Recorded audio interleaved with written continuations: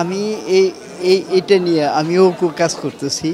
এটা আমি চাই 100% পাটের ব্যবহারটা হোক এবং আগের যে পূর্বের যে ন্যায় আবার ফিরে আসুক আমি চাচ্ছি। টোটাল পলিটা বন্ধ হয়ে যাক। এটা খুব ভালো উদ্যোগ পরিবেশের আমি এটা সাপোর্ট দিচ্ছি।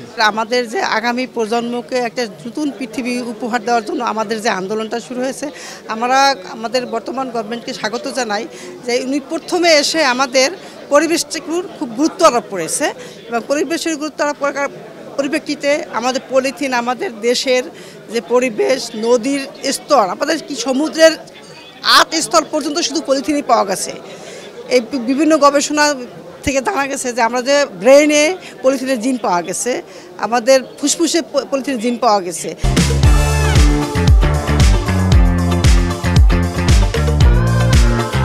এখন এইটার থেকে আমাদের উত্তরণের উপায় কি?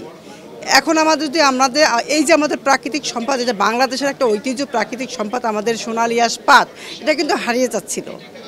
এটাকে পুনরুদ্ধার করে আমরা চাচ্ছি, আমরা এবং আমাদের সরকার, আমাদের দেশের জনগণ সবাই মিলে আমরা যদি পাটটাকে ব্যবহার করে আমাদের আগামী প্রজন্মকে যদি নতুন একটা পরিবেশ, মানে আমাদের যে দূষিত বায়ু আমরা গ্রহণ করছি, যে অক্সিজেন আমরা নিচ্ছি, আমাদের বাচ্চারা এবং আমাদের আগামী প্রজন্মের যে ওরা যে বেঁচে থাকতে পারবে, যে সুন্দরতার অক্সিজেন নিয়ে বেঁচে থাকতে পারে, এইটার পরিপ্রেক্ষিতে আমাদের পাট নিয়ে আজকে আমাদের এই আয়োজন।